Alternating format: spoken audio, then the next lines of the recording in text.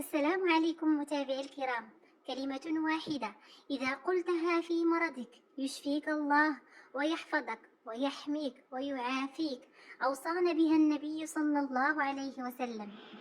لكن قبل البدء صلوا على نبينا الحبيب محمد صلى الله عليه وسلم. المرض هو أصعب أنواع الابتلاء والامتحان على الإنسان. عانى منه النبي الله موسى عليه السلام حتى شفاه الله عز وجل. وقد ذكر العلماء العديد من أسباب الابتلاء بالمرض، ومنها قد يكون تكفيرا للذنوب وكتابة الحسنات ورفع الدرجات، وهو علامة على حب الله تعالى لعبده.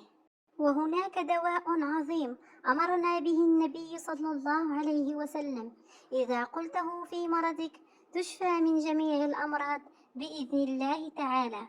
عن عثمان بن أبي العاص الثقفي رضي الله عنه أنه شكا إلى رسول الله صلى الله عليه وسلم وجعا يجده في جسده منذ أن أسلم، فقال له النبي صلى الله عليه وسلم: ضع يدك على الذي تألم من جسدك وقل بسم الله 3، وقل 7 مرات أعوذ بالله وقدرته من شر ما أجد وأحاذر.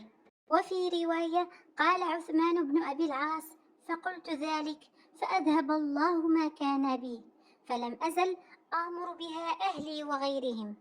قول النبي صلى الله عليه وسلم: من شر ما أجد، أي من الوجع والآلام، وأحاذر أي أخاف وأحترز. المعنى أي أتعوذ يا الله بك من كل وجع فيا، وأعوذ بك مما يتوقع حصوله في المستقبل من الحزن والخوف.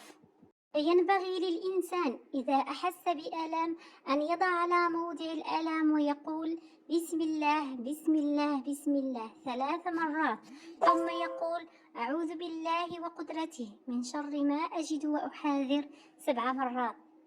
فإذا قلتها مؤمنا وأنه سوف يستفيد من هذا فإنه يسكن الآلام بإذن الله تعالى.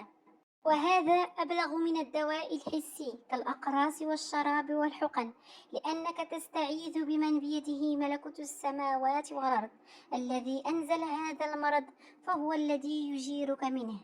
فإن كنت مريضا أو ابتلاك الله عز وجل بمرض جسدي أو نفسي أو روحاني، فردد هذا الدعاء يشفيك الله في الحال ويرزقك العافية بإذن الله سبحانه. الله تعالى أجل وأعلم. اللهم انفعنا بما تعلمنا وعلمنا ما جهلنا. أتمنى أن يعجبكم محتوى القناة وأن يعجبكم الفيديو، وفضلا منكم وليس أمرا أن تشتركوا فيها وتفعلوا زر الجرس ليصلكم كل جديد. والسلام عليكم ورحمة الله تعالى وبركاته.